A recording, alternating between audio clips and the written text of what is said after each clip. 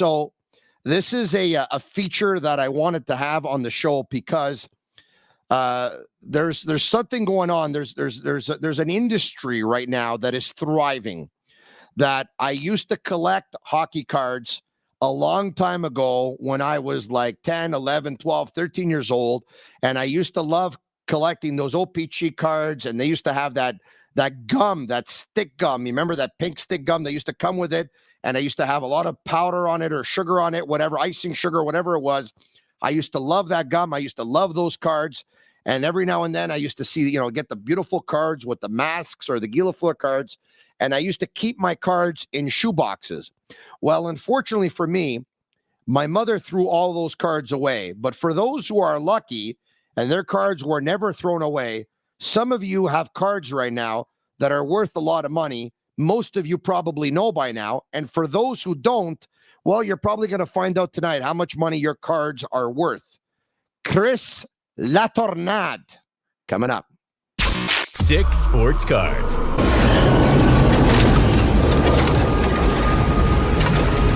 Presented by Sports La Tornade. All right, there you have it. Sick Sports Cards is presented by Sport La Tornade. Sports cards, collectibles, and more. Visit the store at 1 Avenue de la Fabrique in Vaudreuil-Dorion. Chris, welcome to the Sick Podcast, buddy. Thank you, Tony. You're very welcome. You're at your store right now, which is in Vaudreuil-Dorion. I want to introduce you to everyone who's watching right now on YouTube, on Facebook, on Twitter, and will be listening tomorrow to the show on Google, Apple, and Spotify, and all that stuff. Who is Chris La Tornade? When did you open up your store, and when did your passion for sports cards begin? Just like a lot of kids, when I was 5 years old, I would go. I started playing hockey, and I would get my pack of cards after the games. My parents would buy me a pack of cards. I'd collect. I'd put them in shoe boxes, like you said. And fortunate enough for me, they weren't thrown out, and I was able to keep them. So after high school, I was 18 years old, and I joined the military. So I was in the Army for 14 years, and I still collected, and I still had that passion. Well, welcome to the Sick Podcast, Army, because those who follow along with us, we're an army. So welcome to our army, buddy. Thank you.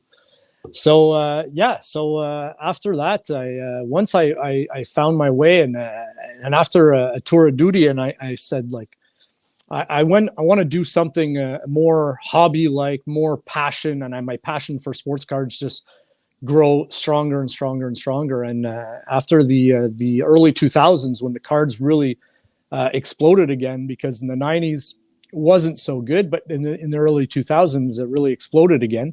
And I really got into it, and they changed the look of the cards. They changed a lot of things about the cards, and it grew enough that I was able to open my own store about 2 years ago, and it's been going strong. It's very.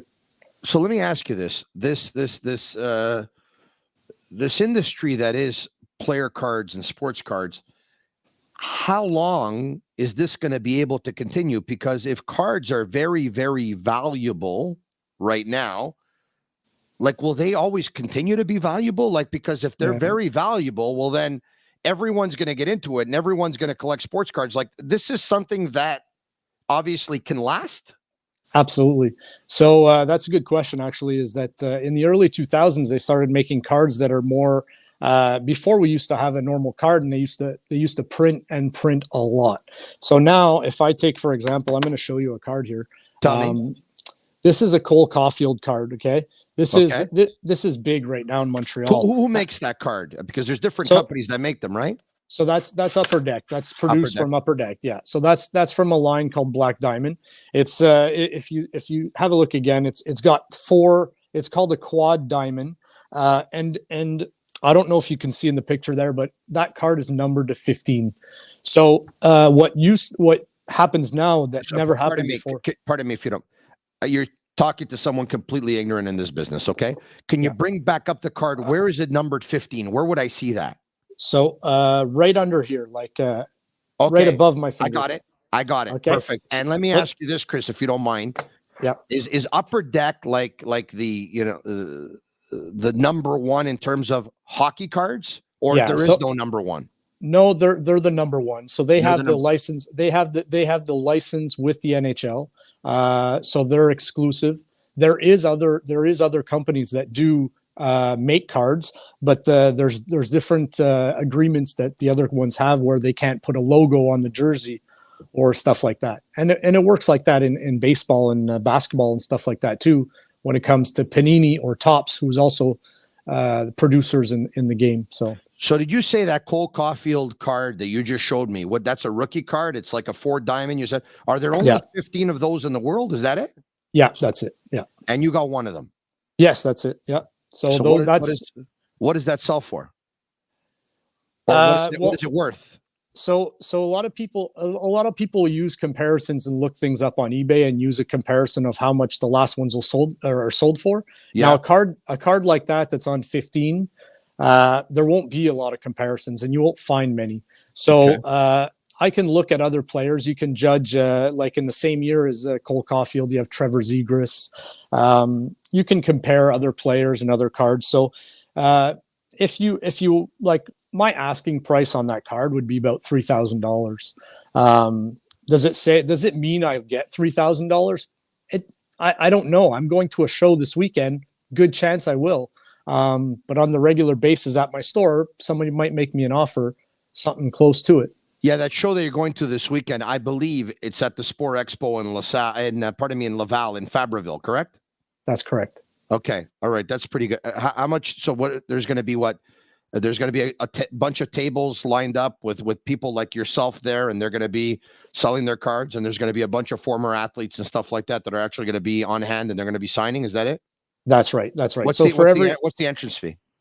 I think the entrance fee is $5 at the door. You can purchase online. You can purchase online at the Anti-Expo Facebook page and stuff. You can follow their links and purchase before you get there, which I suggest because you will help yourself as far as lineups go.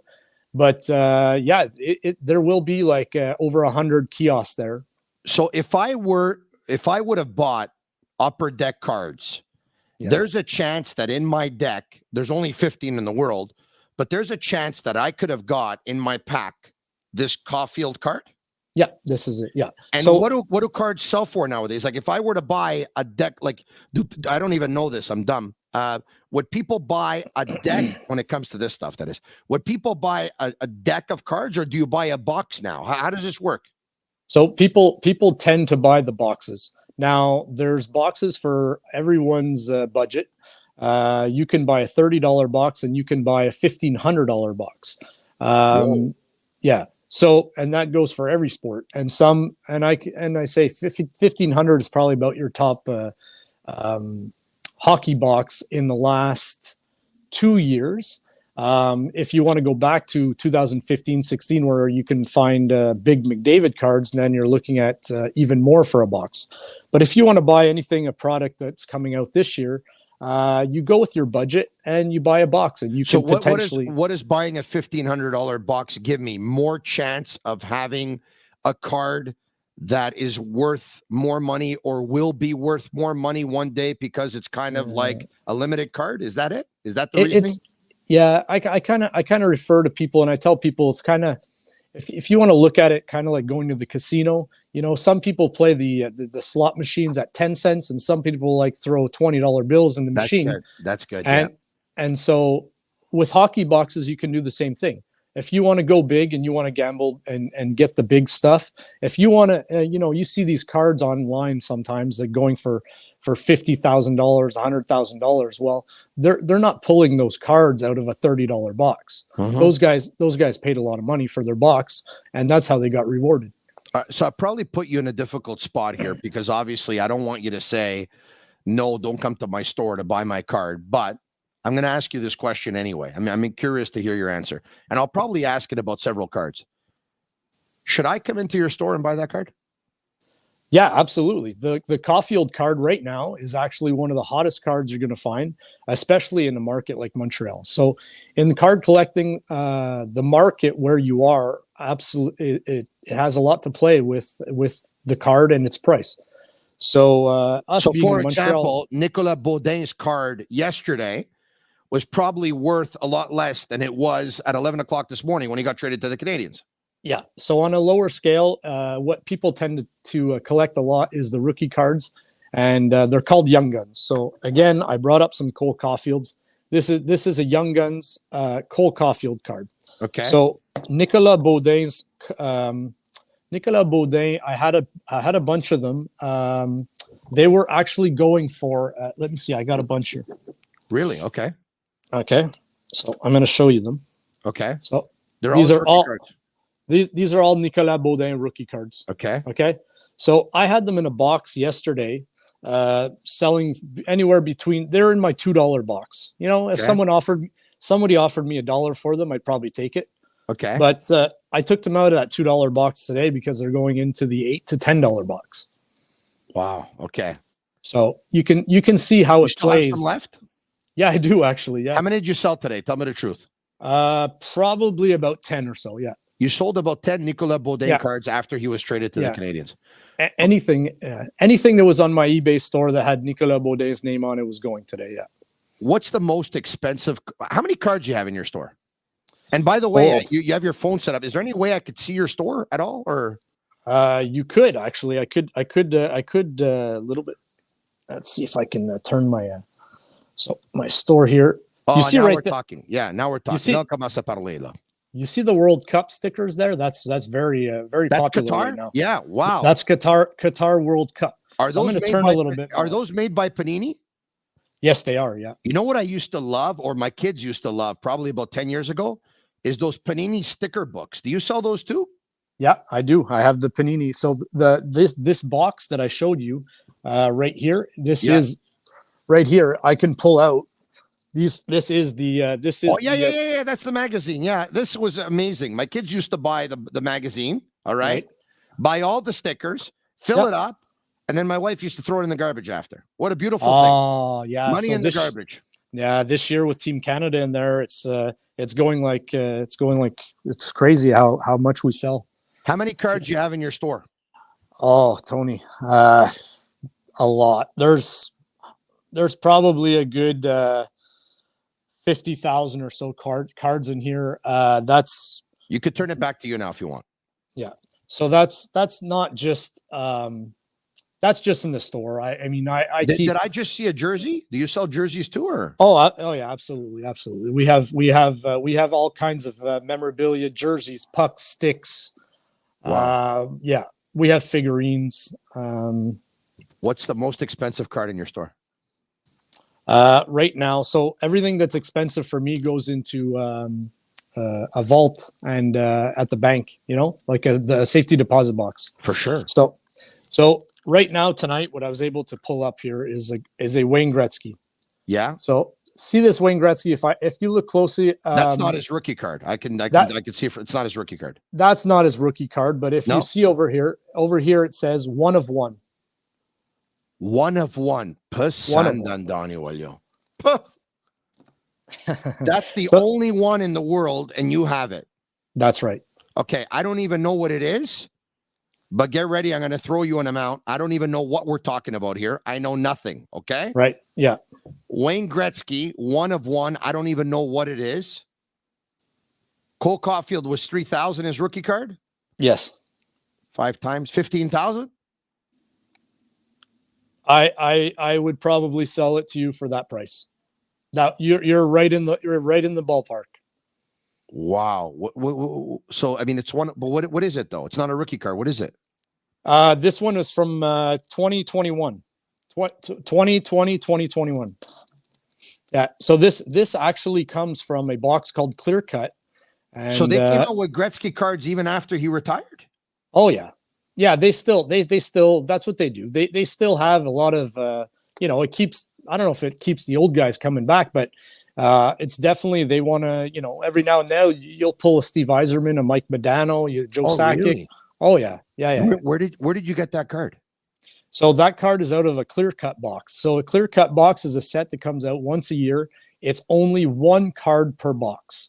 And it comes encased like that. So I did not put it in that case. It came like that in the case. So So you hold on a second.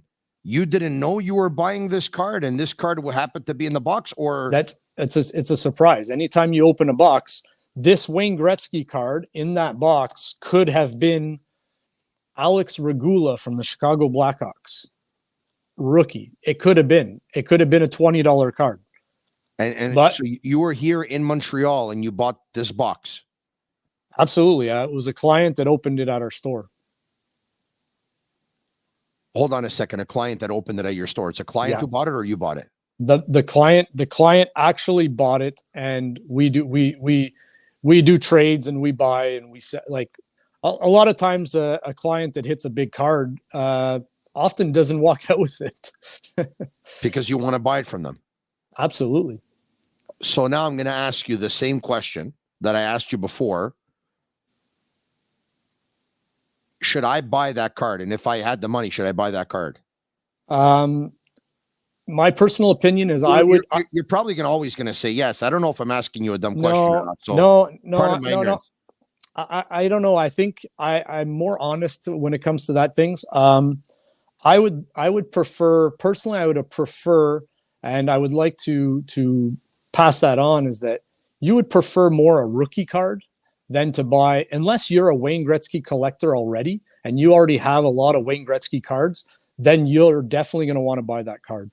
But if you're a guy who's just starting and you want value, the top value for your card, you're definitely going to want to stick with the rookies. Buy a rookie card. The Caufield is going to go up. He's scoring. He's just scoring at a pace that his card just keeps going up every time he scores. You know what I love about you, and we've met a couple of times, not more than that, and had a couple of conversations. You have a really special quality, and that is you're someone who is in sales, but you really come across as someone really, really honest, and the client doesn't feel like he's being taken for a ride. You sell sports cards, and that one there can probably go give or take for about $15,000. And I asked you if I should buy that card, and you said that unless I have a bunch of Wayne Gretzky rookie cards and I need to add this to my collection, that I'd probably be better off buying rookie cards of any player instead of actually going after something like that. You kind of blew me away with that one. I'm not going to lie to you. I tip my hat to you, man. Thank you. And this is something that we tell I tell my staff all the time. Anybody that walks through the door in the store here, it's nice to make a sale and all that, but what I want to sell the most is the experience. And I want to sell an experience. I want someone to come in, feel comfortable. We got drinks in the fridge here. We got, come in, have a chat. Fridays, we hang out. People open boxes on the counter right in front of me, and we have a good time, just like friends. I'm a huge Guy Lafleur fan. All right. I would imagine that when the flower passed, you probably got a lot of phone calls and a lot of people picked up his cards. I don't know how many cards you had or not. My question to you is, do you have any more left? And is there a card that you think is a really good value card that someone like me should have? So as far as Guy Lafleur cards go, I do not have anything. I have like one small. It's sold. Anything that was Guy Lafleur was sold right away. Wow. But I am going to show you something that you're going to like. Wow. Actually, let me I'm going to unhook my phone here. I have to show you. I have to show you this because I've heard you say this before. You're a Guy Lafleur fan, and there's only one. There's only one of these. Okay. See my Guy Lafleur chair in the background there? Yeah. Okay. There's only one of what you're going to show me? Yeah. So, in our store here. Okay. We have. I'm trying to get it here. Is that a black and white picture? Or? No, that is Guy Lafleur. That is our fridge. Okay. There's only one of these. These was special made for me. Sorry, I'm moving a bit. No. It's good. We're good. Okay. You saw it, right? Yeah. I can show you on the side of it here. We have the Stanley Cups with all the dates on it. That's the side of the fridge. we have the dates. So that was made for you. Yeah. So what happened was He never signed it, eh? He never signed it because it was made after. But so and I met him a few times. Yeah. But so the best. Guy Lafleur was the best. The best. Yeah. So that people walk in and they see that Guy Lafleur fridge. It was somebody made that for me. It was special.